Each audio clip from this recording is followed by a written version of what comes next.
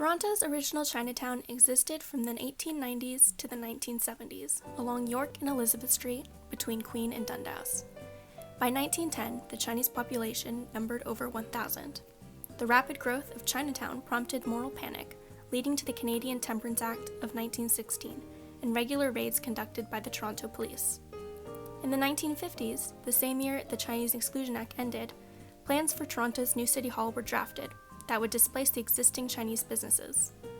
Chinatown was forced to move west, thus the current name, West Chinatown.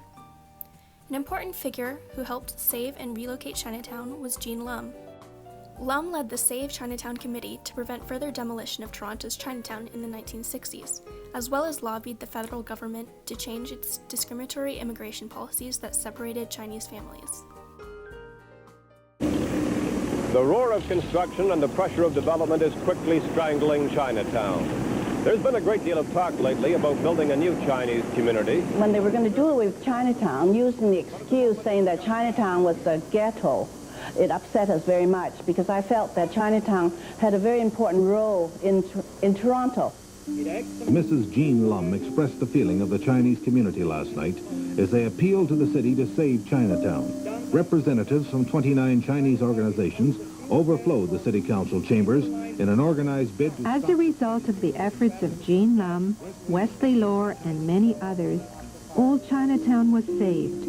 New growth has moved westward along Dundas towards Spadina. My bike ring is inspired by a quote from Gene Lum. As a child, going to a segregated school, there were many times where I had a terrible feeling of guilt or shame that I was born Chinese. Why are we being treated this way? Why can't I do what other people do? Chinatown was considered a ghetto in a small town. We were put in one place, and we didn't come out of that place because that's where we were supposed to stay. The most important thing at that time was being accepted into a circle. I didn't want to be on the outside looking in. The circle is a very powerful symbol representing unity, harmony, wholeness, and perfection.